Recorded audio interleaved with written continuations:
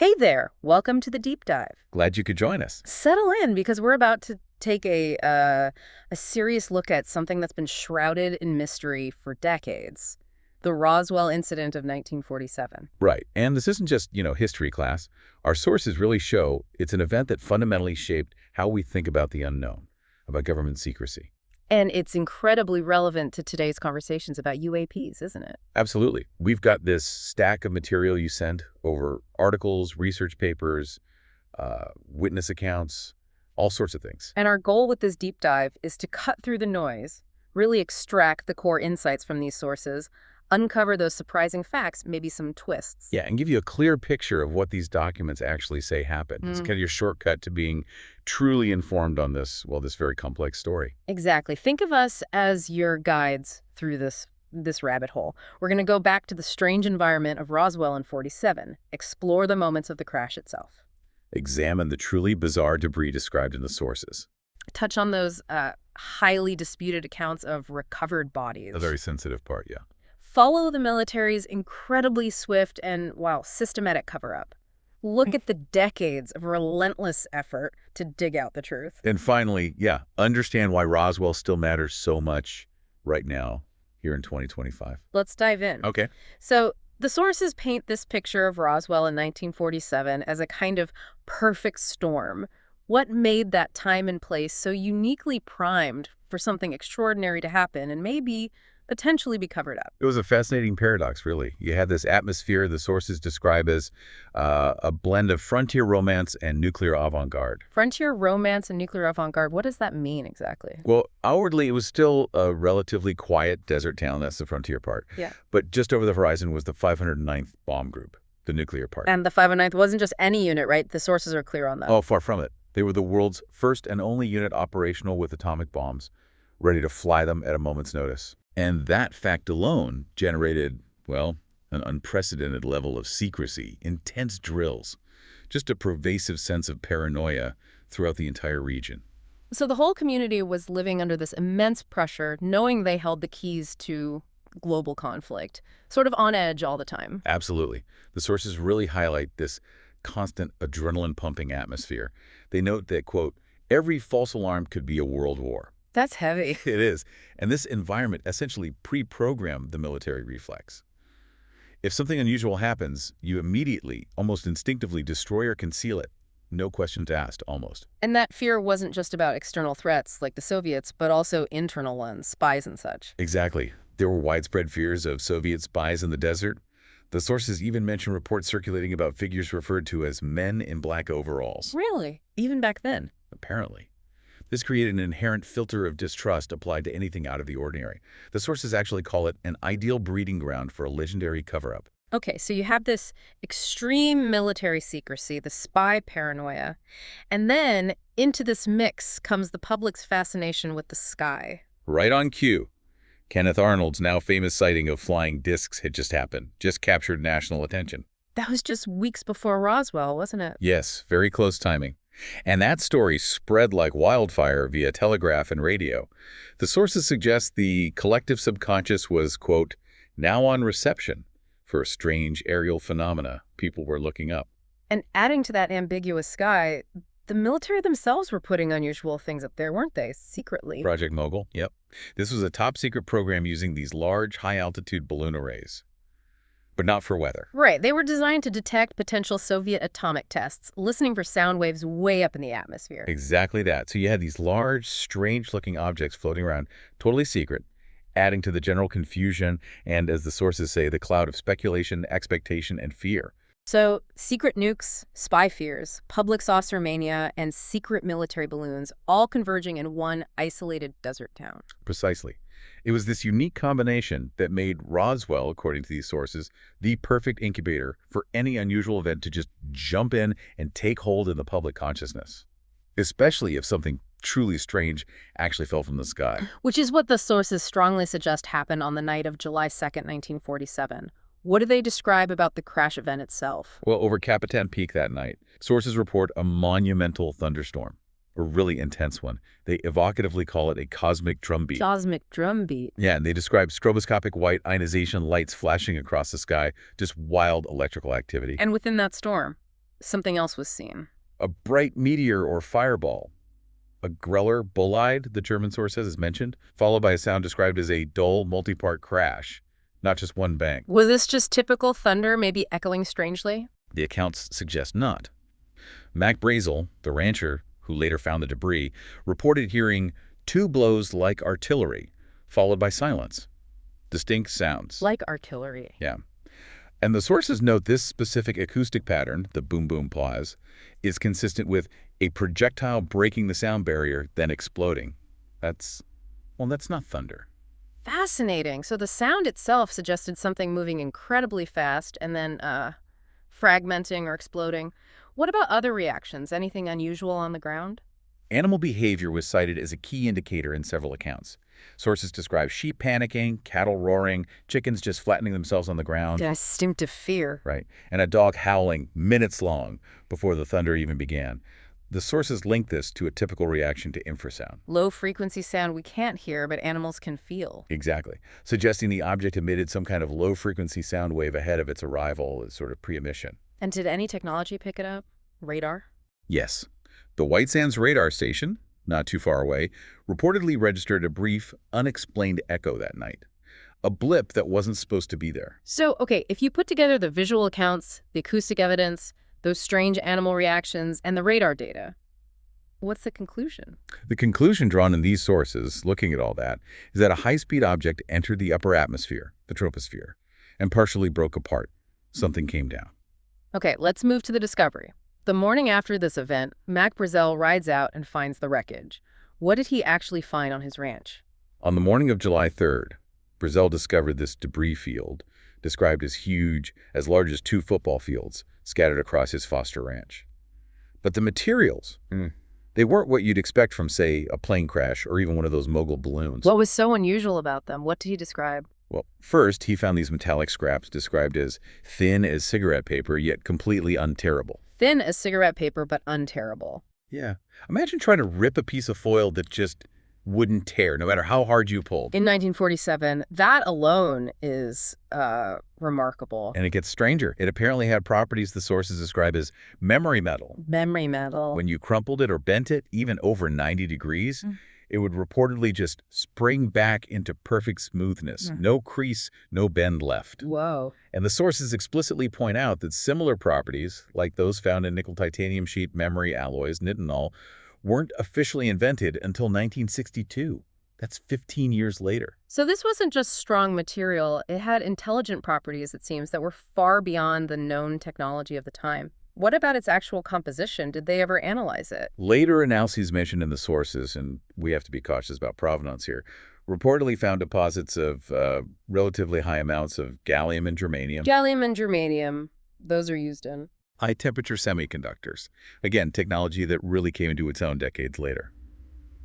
Microscopic examination, also reported later, supposedly revealed incredibly fine honeycomb structures in micron size.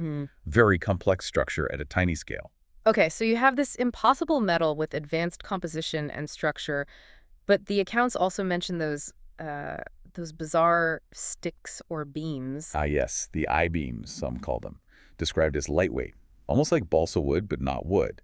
And they had these violet shimmering symbols on them. Symbols, like writing. Sort of. But key witnesses insisted the symbols weren't painted or printed on the surface. They seemed to be part of the molecular structure, feeling, quote, perceptibly smooth, as if burned into the fibers. Like the symbols were embedded within the material itself, not on top of it. Exactly. You couldn't feel them, apparently. And the sources get quite speculative here, suggesting these weren't just decorative. They might have been functional labels for repair drones. Repair drones. That's one interpretation mentioned. They draw comparisons to pictograms seen in other unusual incidents like Rendlesham Forest. Another idea is they could be UV glowing, machine-readable codes. This takes it from just strange materials to potentially functional technology, like components. It definitely implies that. The sources really emphasize that these properties, taken together, were so far beyond 1947 tech that the mere presence of this material, this artifact, quote, turns the chronology of human technology on its head. It just shouldn't have existed then. And it was at this point, holding this incredible unearthly stuff, that Mac Brazel made a decision that, according to the sources, changed everything. It sent the information Where? Directly into the black hole of military control, as one source puts it. Instead of going to the local radio station, KGFL, which might have broadcast the news instantly, He went to the sheriff. he went to Sheriff Wilcox in Roswell. And from the sheriff's office, the information went straight to the Roswell Army Airfield, the 509th. And the military reaction was not slow. Instantaneous and overwhelming. It was incredibly swift.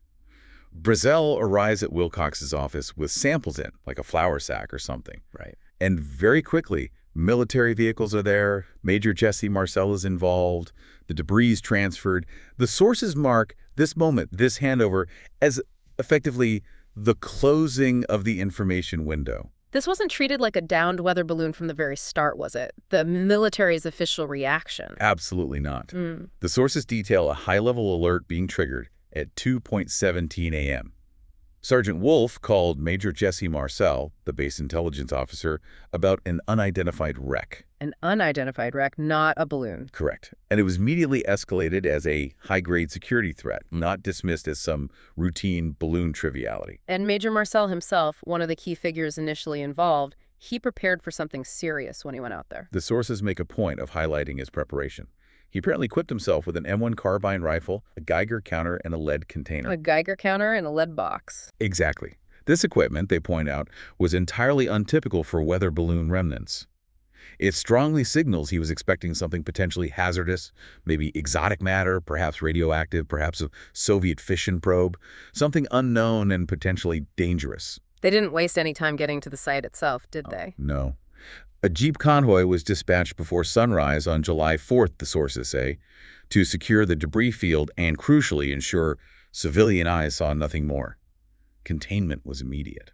And the military did perform some kind of forensic analysis at the site, collecting samples, but then that evidence vanished. Well, Marcel and another counterintelligence officer, Sheridan Cavett, did conduct meticulous on-site work, according to Marcel's later accounts, measuring the field, testing the material properties, collecting samples in sealed lead boxes. So proper procedure for something unusual? It seems so.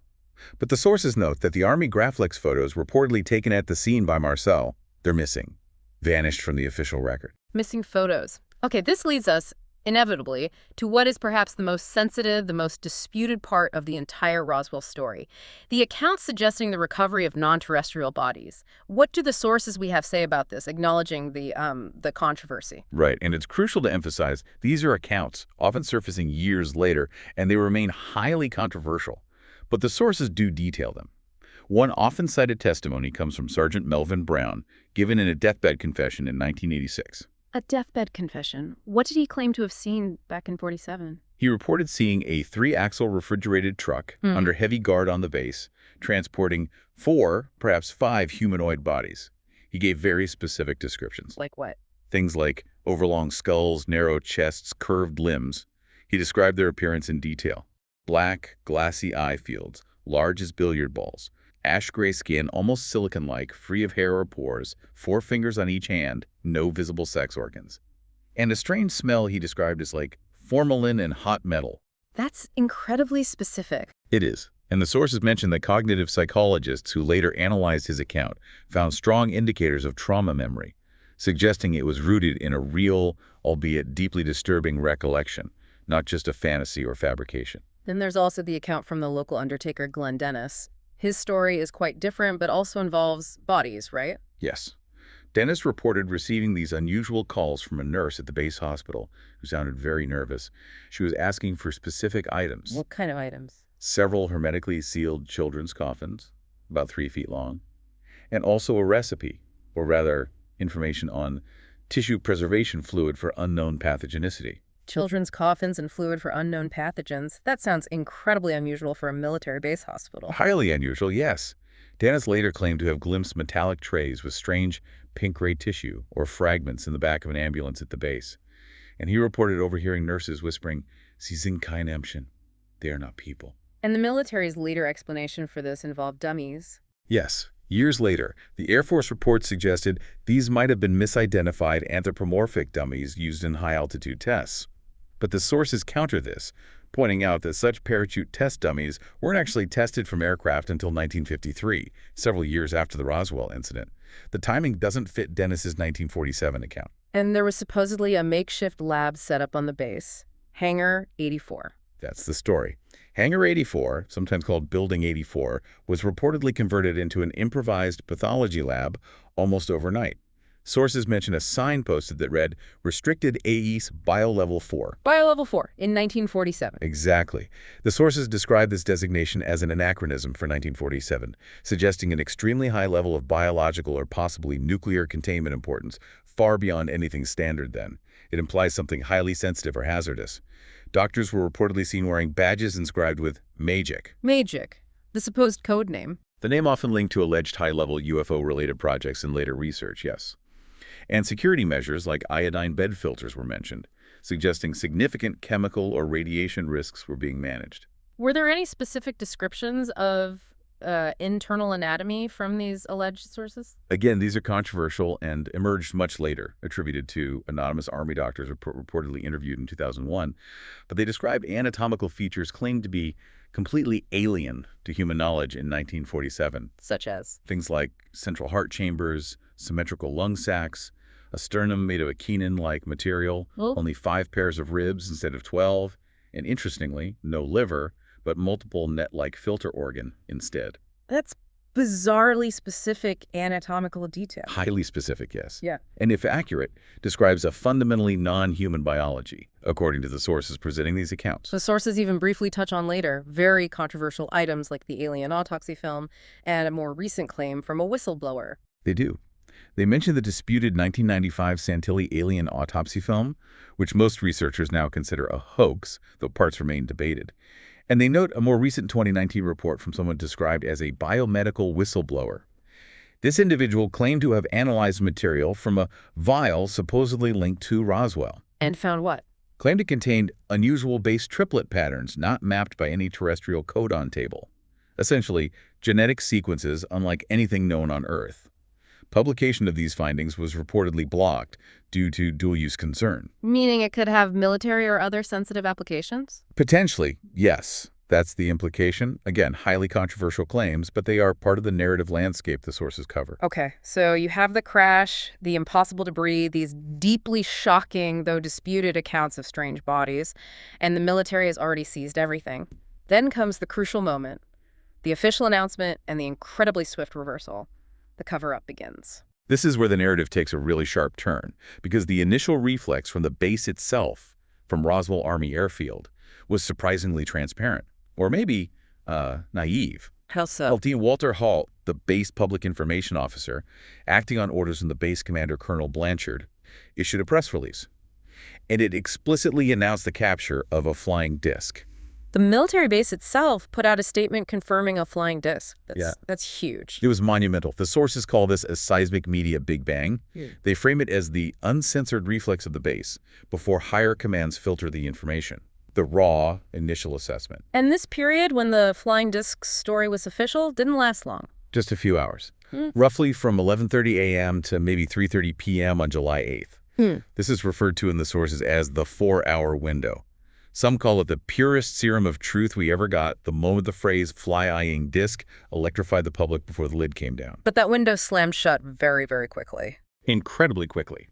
The rapid reversal was orchestrated hours later, primarily in General Roger Ramey's office at the 8th Air Force Headquarters in Fort Worth, Texas.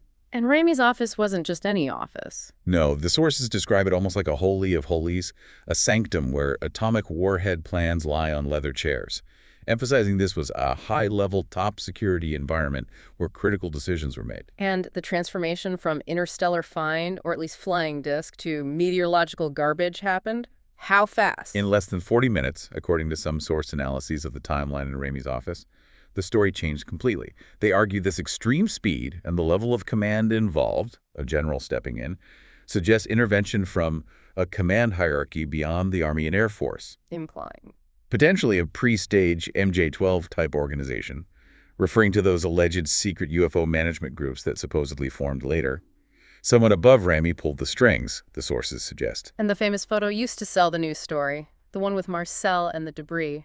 The iconic fake photo. Yes, it shows General Ramey, Colonel Thomas DuBose, and Major Marcel posing with what the military now claimed were the recovered remnants. clearly identifiable pieces of cheap Rowan targets, essentially a standard weather balloon radar reflector, foil, sticks, rubber. While the real debris was. Reportedly being moved out of the room, or already gone, while the photos were staged with the balloon parts. Marcel later claimed he was pressured to go along with it. And there's that hitting detail in that very photo that researchers later claimed to have found. The memo. Yes, this is a fascinating point raised in several sources. Using modern pixel enhancement technology on high-resolution scans of the photos, researchers claim they could read parts of a memo General Ramy is holding. And one phrase reportedly deciphered is, "victims from the wreck." Victims from the wreck. In a memo Ramy was holding while discussing a weather balloon. Exactly. The sources call this potential finding a digital dagger in the official stomach of the weather balloon story. If true, it's incredibly damning. That's stunning. What about the lengths they went to enforce this new weather balloon narrative, beyond just the photo op? Extreme measures were reportedly taken. Ramy is said to have used a red top secret AEC stamp on documents related to the incident. AEC, Atomic Energy Commission. Yes, an atomic bomb exclusive stamp, the sources call it, highly unusual for a weather device. He also allegedly enforced Form A-110 on personnel involved, a severe military non-disclosure form threatening up to 20 years imprisonment and huge fines for revealing classified information. 20 years for talking about a balloon. Seems excessive, doesn't it? Sources even claim clocks were removed from Ramy's office during the crucial debriefing period to prevent anyone from accurately timestamping documents or recalling precise sequences later. The sources argue that applying an atomic bomb-level secrecy stamp and such harsh threats to a supposed weather balloon retrieval was completely illogical. It suggests, quote, nuclear relevance or something far, far more significant was being covered up. The sheer haste of the retraction itself seems telling, doesn't it? The speed at which they shut it down. The sources absolutely see it that way. They describe the haste, the speed of the national narrative rewrite, apparently under a blackout Sierra, stop code flashed to newswires as self-incriminating. It points, they argue, to an intense fear of loss of control over the situation, panic almost. How did other agencies, like the FBI, react to that initial flying disc news before the cover-up fully solidified? That's interesting, too. FBI memos from the time, later obtained via FOIA, noted the public hysteria potential of the flying disc reports and even anticipated public demonstrations. They were worried about public reaction. Yes, and the sources highlight that this level of concern within the FBI was highly unusual for a mere weather balloon recovery. It underscores the seriousness with which authorities, at least initially, viewed the event before the official story changed. And what happened to the witnesses? The civilians, like Mac Brazel or even Sheriff Wilcox or Glenn Dennis, how were they silenced according to the sources? Witness suppression and intimidation became systematic, the sources allege. Mac Brazel, the rancher who found the stuff, was reportedly taken into military custody, isolated for 3 days at the base. Isolated? Yes, held incommunicado. And when he finally emerged, he gave a press conference where he was obviously briefed, reciting a revised, balloon-friendly story that contradicted his initial descriptions. The sources call this the birth of modern witness protection disinformation, a coerced recanting. And Sheriff Wilcox? Sheriff Wilcox, who had initially contacted the base about Brazel's find, became uncharacteristically silent after a visit from military officials. His wife reportedly told researchers years later tearfully that their lives were threatened if he ever spoke about it again. This suggests leverage above normal secrecy levels was applied. And Glenn Dennis, the Undertaker. Dennis also reported being questioned by military police and felt significant pressure to keep quiet about the calls he received and what he might have seen or heard, a clear pattern of silencing key civilian witnesses. But despite this intense effort to erase the original story, one piece of the physical evidence was reportedly squirreled away by Marcel himself. That's a crucial part of the story, according to Marcel's family and some researchers. Major Jesse Marcel, before the MPs arrived to confiscate all remaining debris he'd brought back, reportedly managed to push mehrere Streifen und ein Stäbchen, several strips and a stick of the strange material, into his flight suit pocket. He smuggled some out. He did, allegedly. These pieces became known later as the Marcel relics. The sources describe this act as preserving a last spark of truth hidden from the rolling cover-up machine. A personal act of defiance, perhaps. And that spark, those relics, and the memories of the witnesses. Against all odds, they survived the decades of official denial and silence that followed. Yes, because for decades, Roswell largely faded from public memory. The cover-up worked, initially. The sources describe it like a silent comet disappearing from view. But slowly, underneath the surface, a civilian counter-narrative began to take shape. Driven by a few incredibly persistent citizen researchers, really, pioneers. Absolutely. Stanton T. Friedman, a nuclear physicist turned UFO investigator starting his work in the late 1970s, is described in nearly all sources as a truly pivotal figure. He really kicked the door back open, didn't he? He did. He tirelessly tracked down and interviewed forgotten witnesses from 1947. His 1978 interview with Major Jesse Marcel was the breakthrough. Marcel, finally retired and feeling freer to speak, broke his 31 years of silence, stating emphatically on tape, "It was no balloon. I held it in my hand." That interview is seen as injecting a truth virus back into the public consciousness. And others built on Friedman's work, collecting more accounts. Definitely. Researchers like Kevin Randall and Don Schmidt, for example, famously collected, I think the number is 200 sworn affidavits from witnesses connected to the event. Sworn affidavits. That's serious. Yes. The sources note they're almost guerrilla-proof style, sometimes literally gaggering these signed statements on the hood of their Chevy Blazer out in the field. This collection formed the basis of the Roswell White Paper, a crucial body of first-hand documentation that couldn't easily be dismissed or altered by military redaction. And there was Leonard Stringfield, too, right? He took a different angle. Right. Stringfield focused on collecting reports of crash retrievals, not just sightings, often from pilots internationally. He used a Roswell lens, connecting other potential incidents globally back to the Roswell pattern. This helped globalize the incident, turning it into a transnational symbol and effectively diluting the U.S. military's attempt to contain the narrative just to New Mexico. And alongside the researchers, those insider leaks, the whistleblowers, became vital threads in this civilian investigation. Critically important. Marcel's hidden relics, which his family later brought forward, Sergeant Melvin Brown's deathbed confession, Glenn Dennis's persistent accounts, and even that much later 2019 biomedical whistleblower report about the unusual DNA patterns, whether verified or not, they're all framed in the sources as authentic leaks chipping away at the wall of official denial. Legal efforts also played a significant role, didn't they? Trying to pry open the classified files through official channels. Yes, using the Freedom of Information Act, or FOIA. Researchers navigated literal labyrinths of SIGCOs, redactions, and notes about records being unfortunately accidentally destroyed. It was frustrating work. But even the failures were revealing, weren't they? That's a key insight the sources point out. Redactions themselves became a map of the degree of covered up. What the government blacked out often told you more about how sensitive the information was than if they'd just released it. The pattern of secrecy was evidence in itself. And official records sometimes revealed more through their absence than their presence as well, like the Blue Book files. Exactly. Analysis of Project Blue Book records, that was the Air Force's official UFO investigation project, showed a curious, unexplained, 3-day gap for Roswell County in July 1947, right when the incident happened. It's as if, officially, nothing occurred there during that critical period. Suspiciously blank. And that leaked CIA memo. Ah, the ZOB memo, some call it. A leaked document, its authenticity debated but widely cited, allegedly from the CIA, discussing ranch debris of unknown composition under AEC evaluation. A document that officially never existed, according to agencies. Its potential existence serves as powerful negative confirmation evidence of a cover-up precisely because it was denied. And then, decades later, a key government report seemed to almost accidentally confirm the suspicious destruction of potentially relevant evidence. You mean the 1995 General Accounting Office, G80 report, commissioned by a congressman, actually. That's the one. It confirmed that key outgoing message logs and radio protocols of the 509 bomb group, the Roswell base, for the crucial period of July 1947 were indeed destroyed without authorization. Destroyed without authorization. Not just lost, but improperly destroyed. Precisely. The sources state emphatically that this official finding fueled the fire of the conspiracy and became a mantra of every UFO conference.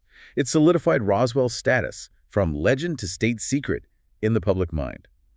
Because the obvious question was, why would you improperly destroy records relating to a harmless weather balloon incident? It made no sense.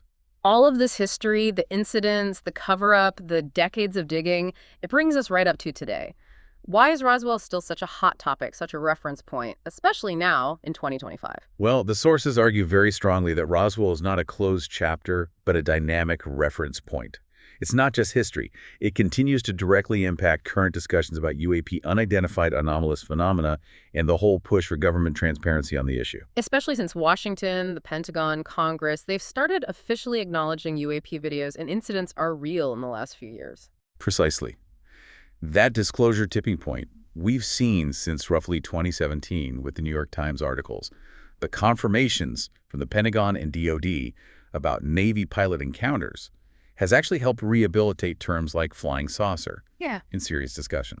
It's not just fringe anymore. And if the government now admits that, yes, there are unidentified objects in our airspace that we can't explain and that pose potential flight safety or even national security issues. Then, as the sources logically argue, it creates immense pressure to explain why it allegedly didn't take it seriously in 1947.